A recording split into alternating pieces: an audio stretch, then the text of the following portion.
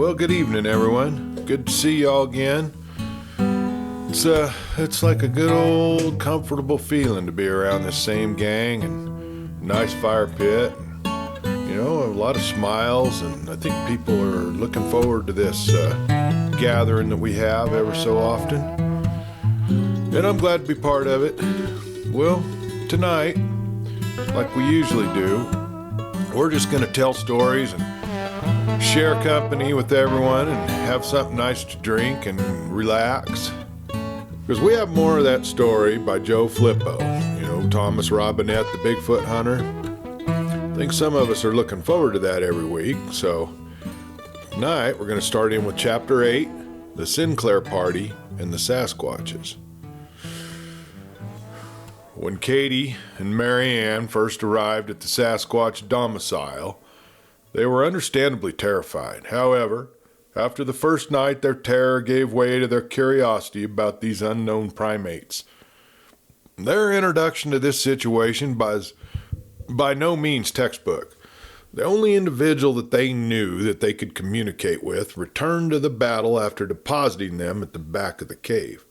To their horror, he was later brought back to his home by other large males, carefully laid to rest on a smooth area of stone.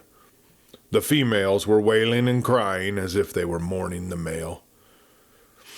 Katie and Marianne had no idea what the plans for their immediate future held, but they were currently under the care and control of these female creatures. During the daylight hours, they were taken into a deeper cavern where the women slept. This room was plainly set aside for menstruating females. The women spent those times observing the daily rituals of the clan. The way that the females helped each other groom was oddly human-like. The younger ones had their own little clique. Now, the younger ones sat around and took turns running their hands through one of the individual's hair and preening them. When they finished with that one, she chose the next one, and everyone moved to her, and so on until each one was completely groomed. Katie and Marianne noticed that the younger females were prone to giggling and looking over to see if their older generation had heard their conversations. After the last giggler was groomed, they all placed their hands around their mouths as if to prevent anyone from reading their lips. Kevin and Eric were with them at night when they returned to the main cavern. They had a shadow of safety in the presence of their male companions. And while they were in the common room, no adult males looked at the female humans. The female Sasquatches sat between them and their males, although the women didn't really understand who the females were protecting. Pre-adolescent children were allowed to approach them after the third day. Their lack of tactfulness and increased curiosity made for funny antics that were very much the same as could be viewed inside any human preschool or nursery. It was often the young females who were the most inquisitive, while the young males were the most likely to approach and touch the humans with their fingers. As anthropologists, Kevin and Eric had already begun noticing archaic rituals and pre-civilization tasks that are currently considered gender role. The males were the typical guardians and hunters of the group. The females were generally gatherers and cared for the young. Now, no fire was necessary in this environment. The heavy hair insulated these animals from the elements and the insects.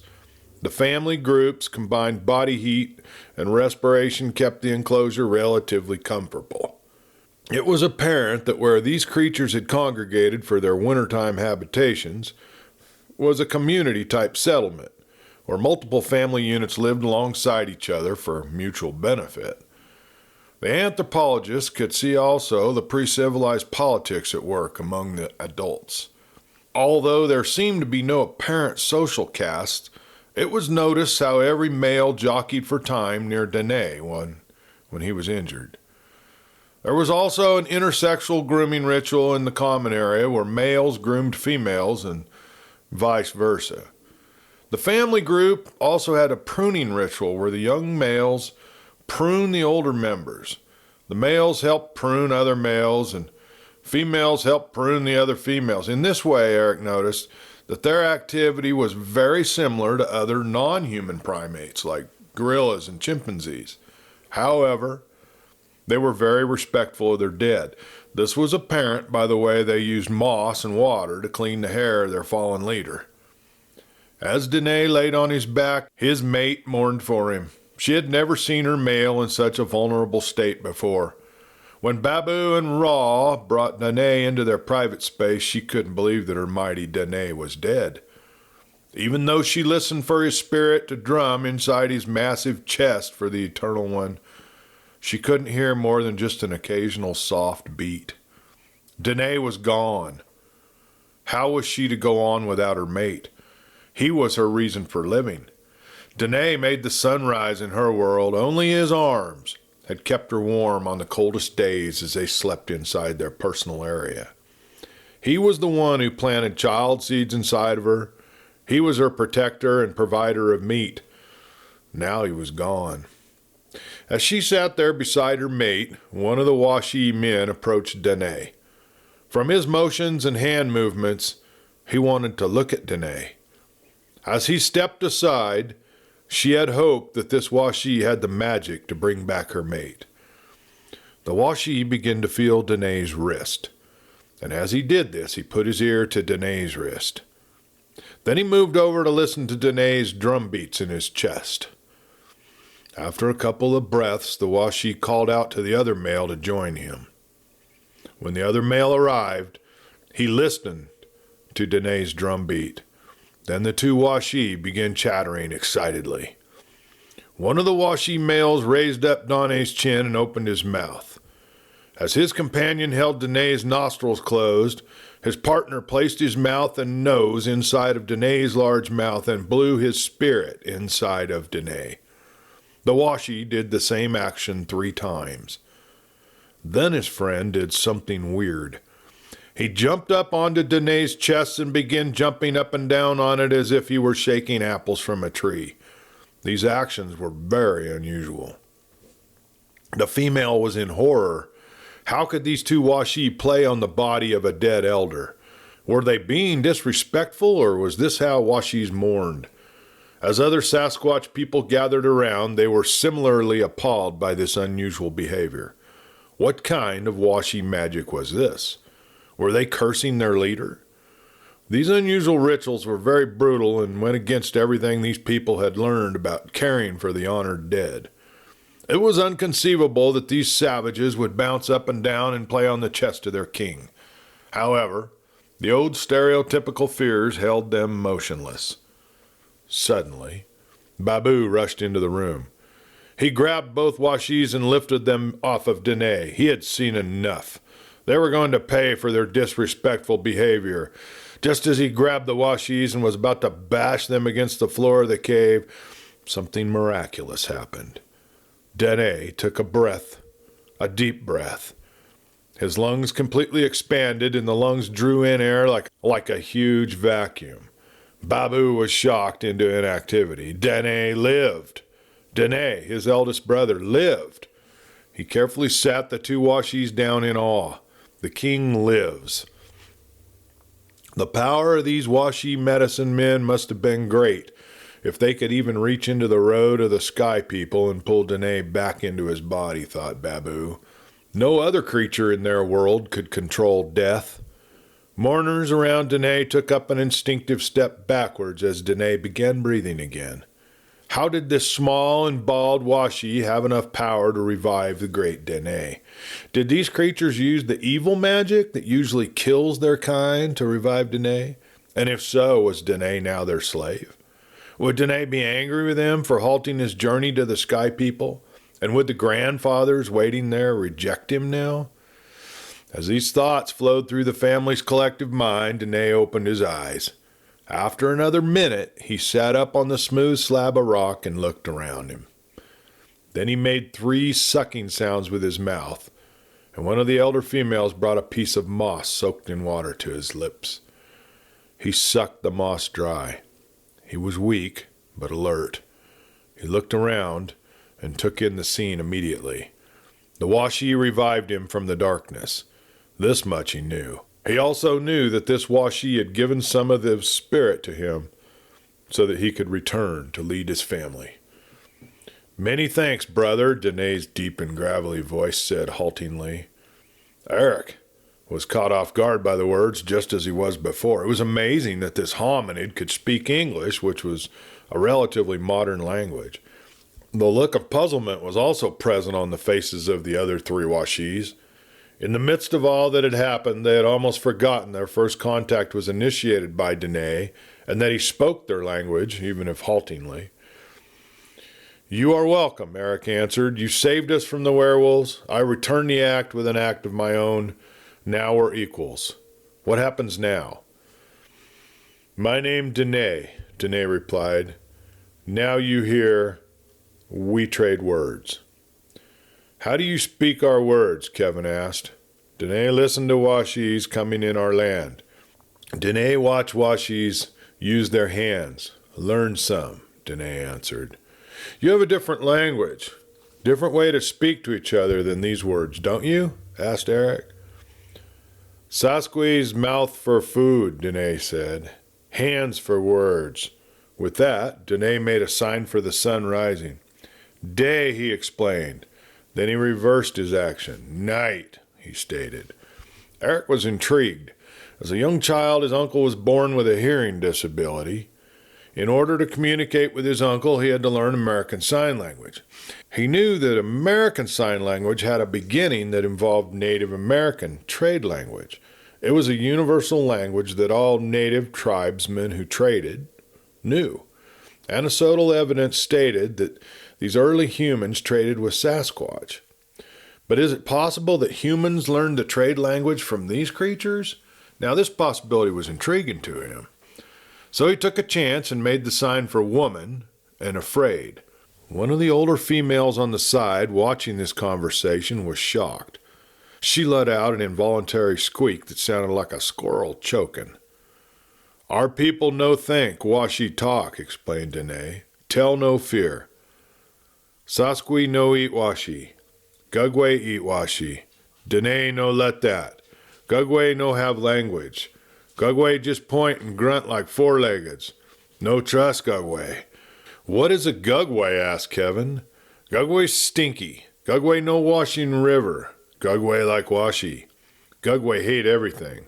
Gugwe only," Dene circled his ear with his index finger. "Gugwe no live in mountains." "We try hands, see if that be good," Dene suggested.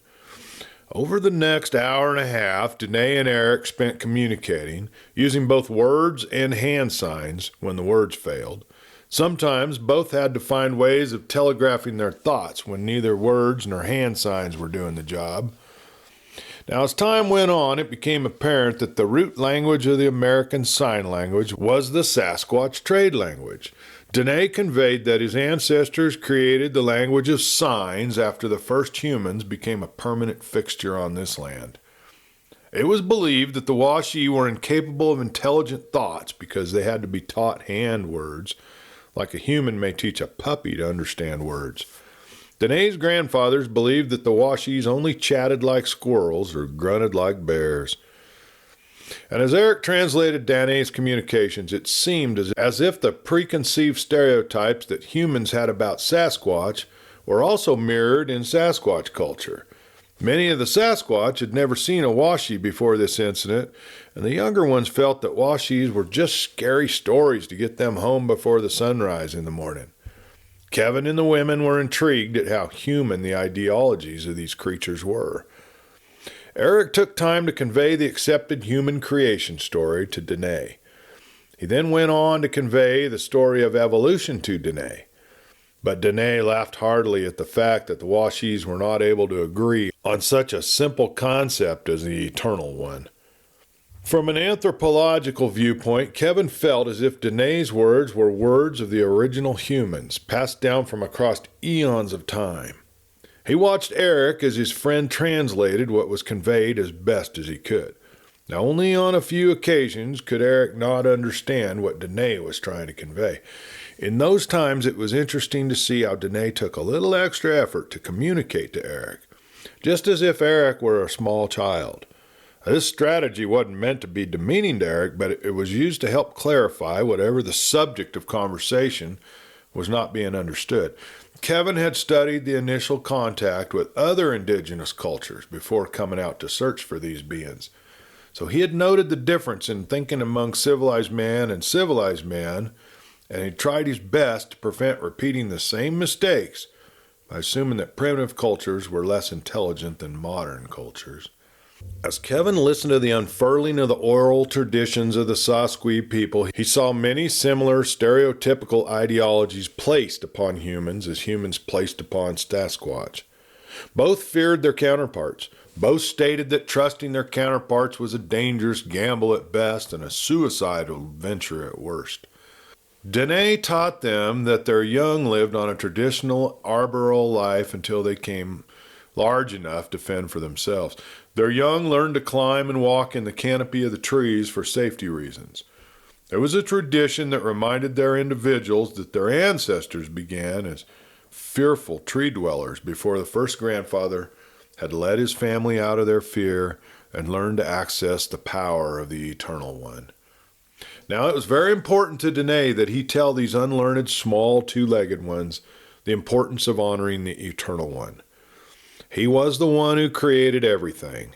He was the one who made it possible to find the way across the Rainbow Bridge and into the path of the land of the Sky People.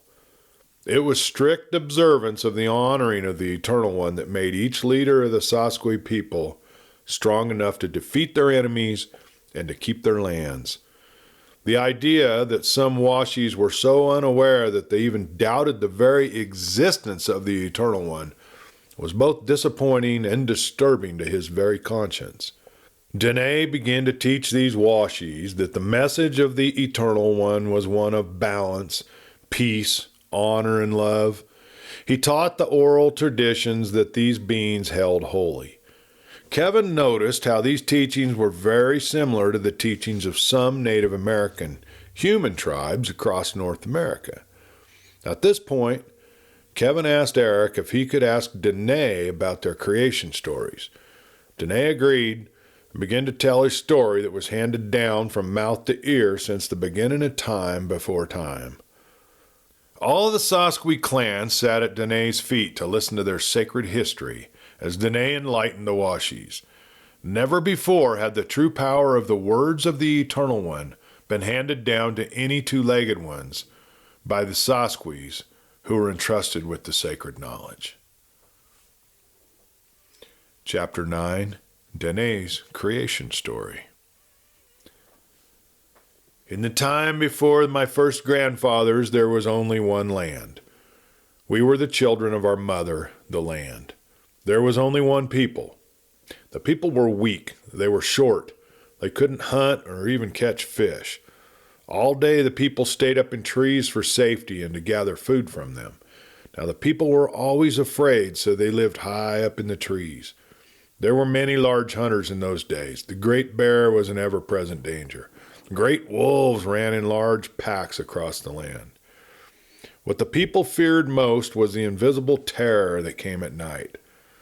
Many nights the terror would come to the trees and take the people.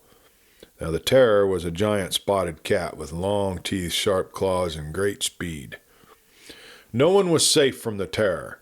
Everyone would go to sleep when the sun went behind the land. When the sun returned in the morning, one or more of the people would be gone forever. There was never any sound when the terror came. The only thing that it left behind was blood. And except for its footprints, the first people thought that it was just a spirit. It also left a strong smell behind. Fear was the only thing that the people knew. One day, first grandfather was in his tree when the terror came to visit his family. That night, the terror took his only son. He watched the terror eat his only son at the bottom of his tree. Anger grew within this first grandfather. He lifted his eyes to the Eternal One and asked him why he allowed the terror to have such power. He shouted at the Eternal One. He prayed to the Eternal One for vengeance. He begged for it. After a long time, the Eternal One heard his cries. The night after the black moon, the terror returned to first grandfather's tree. First grandfather grabbed a branch and broke it away from the tree as the terror began to grow dark with clouds. He cleaned off all the limbs and small twigs and waited for the terror to begin his climb. As the rest of First Grandfather's family evacuated the tree, he began climbing down to meet the terror. As he descended the tree, First Grandfather began singing his first war song to the Eternal One. He knew that the Eternal One had heard his song because he could feel his spirit in his hair as it stood up on its roots. First Grandfather asked the Eternal One to give him strength and to power this defeat of the evil terror that took innocent lives. As he jumped from an upper limb to a lower one, the Eternal One answered his prayer and sent a giant flash of light down the tree from the very top to the very bottom. The tree split in half, and one side fell upon the terror. As the terror lay there screaming, First Grandfather clubbed him to death with his branch. His whole family witnessed his defeat of the monstrosity that had taken so many family members. Then First Grandfather did something that no other of the people had ever done. He tore out the drum of the terror and he ate it. All of the others went crazy. They joined him and ate every bit of flesh that the terror had. Then they cracked his bones and ate the marrow. From that day forward, the First Grandfather and his family began hunting the terrors of the land. They couldn't kill the adults, but his family became skilled at capturing the babies and killing them. And as the family ate more terrors, they became terrors themselves. Their lust for blood moved beyond just the terrors. On the first day that the last terror was killed across the whole land, the Eternal One became angry at the First Grandfather and his family. The Eternal One sent a great light through the night sky, and it rumbled the whole land from the ice world all the way down to the water world. The First Grandfather's family scattered to the different parts of the land. Later that day, great cracks opened up in the land. Volcanoes erupted. The wrath of the Eternal One ripped the land apart and separated the First Grandfather's family from ever seeing each other forever. As time passed, the land pieces moved farther apart until the First Grandfather could no longer see the land of his other families. They were separated. Only when the first Sasquatch came across the finger of land from the land of the setting sun did our people even know that there were others like us left in the world. First there came the Gagwais. Next there came the Sasquatch. Following them came the Face Eaters, and following the Face Eaters came the Wolven people. Last there came the little bald ones. They brought the conflicts from the old world to this world. There was no peace. Everyone did as they felt was right, and once again, the Eternal One punished the two-legged. The Eternal One sent the small, bald, two-legged ones among us.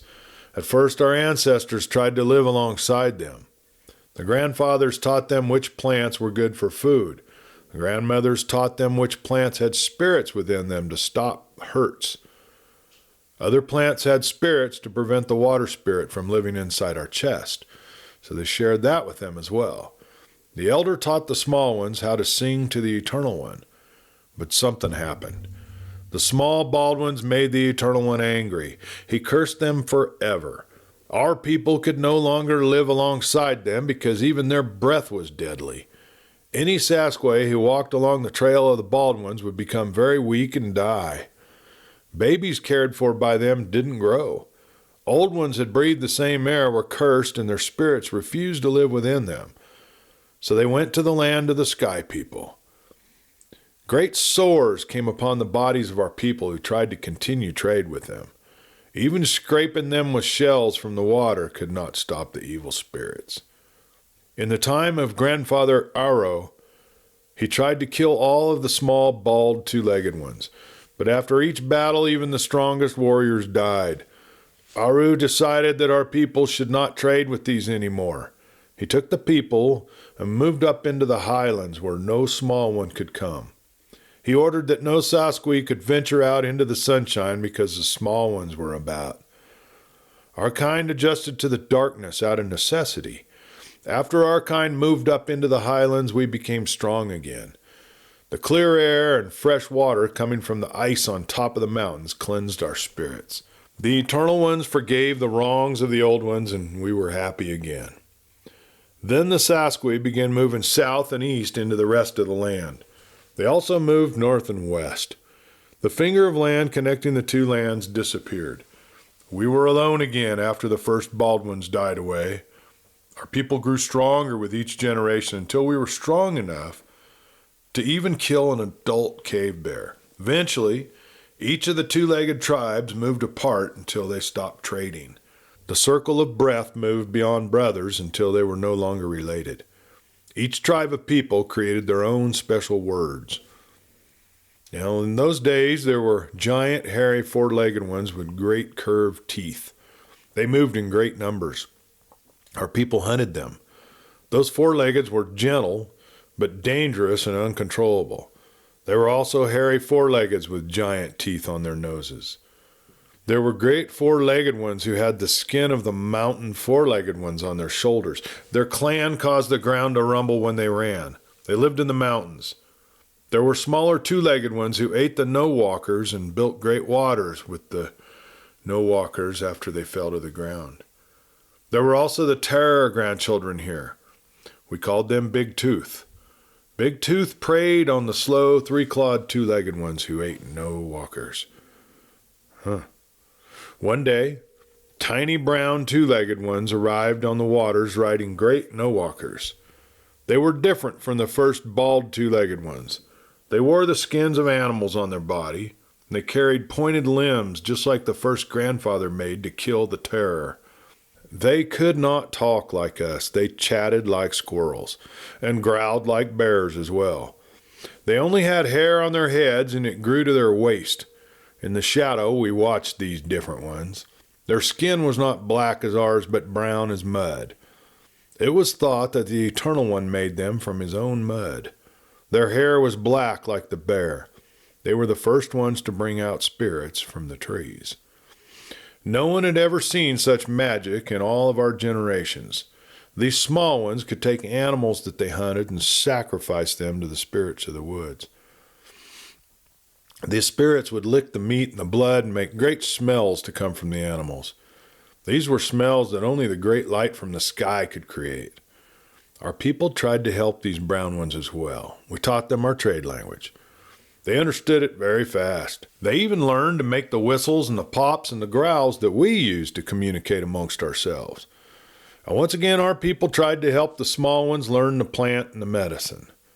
But the Eternal One was displeased about our actions because our people once again began to die.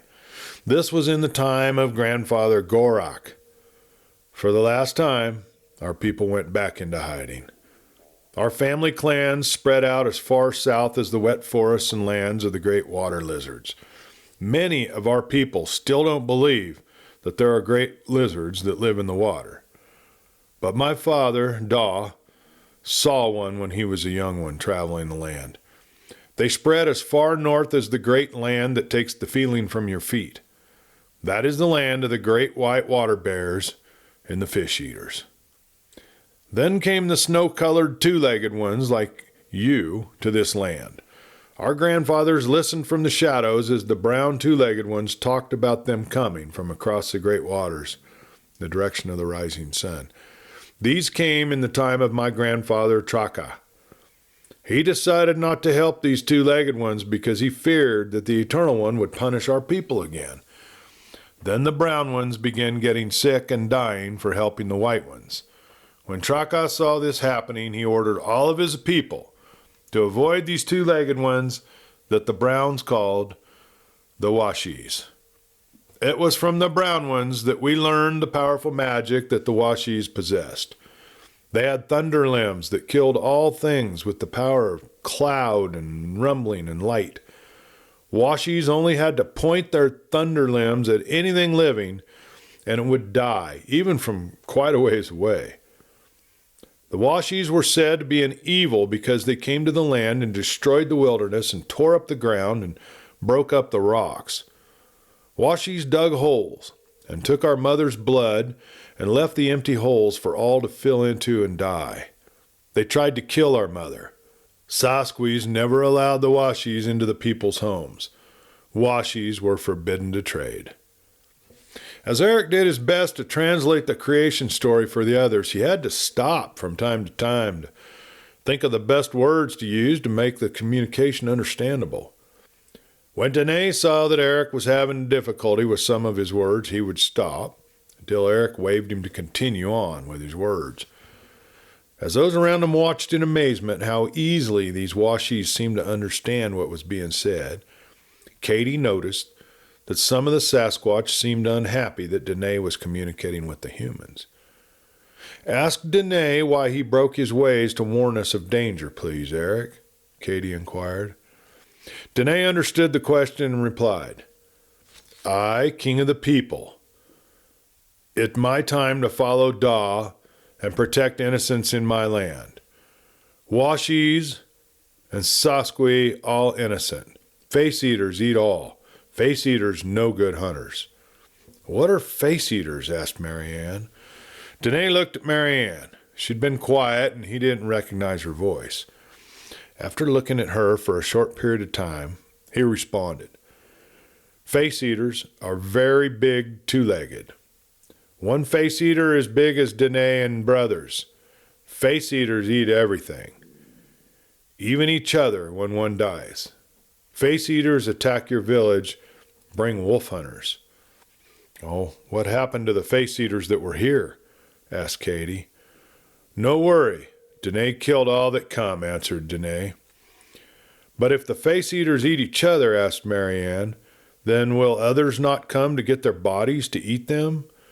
Worry swept across Danae's face when Marianne asked that question. Why hadn't he thought of that, he thought to himself. Face-eaters were very vengeful. He knew that the wolven hunters had not all been killed. Surely the ones who escaped will go back and tell Oric, the father of Gawa, that his son and grandsons are dead. And when he returns to the battleground to collect his son and his grandson, he will find the Sasquatch stronghold if they don't succeed in hiding it well. Oric may even be able to smell them despite their best efforts to mask their home. Standing up, Danae called for his youngest brother, Babo. When Babo arrived, Danae asked him how the face-eaters' bodies were disposed of. Babo explained that they were torn into pieces and taken to the cave of flying two-legged ones with hairy wings. He stated that they had been dropped down into the pit where the four-legged bones are thrown after the hunt. He assured Danae that his followers had done their best to clean up the battlefield so that the face-eater king could not find his son and his grandsons. "Not even wolven hunters can find the bodies," Babu sighed to Danae. "Take me to where the battlefield is at the Washi village," Danae answered in signs. "Stay here," Danae told Katie and Marianne. "Come here, me," Danae motioned to Kevin and Eric. The crisp night air was slightly uncomfortable to the human men, but they were not in danger of hypothermia, so they followed Danae, Babo, and 5 other Sasquatch downslope toward the humans' former campsite. When they arrived there, Danae told Kevin and Eric not to leave the tree line. He stated that they moved anything or cleaned up the camp, then Oric would notice that they had survived the attack and would begin hunting them out of vengeance. It was better for them not to touch anything until it was known if Oric had been there yet.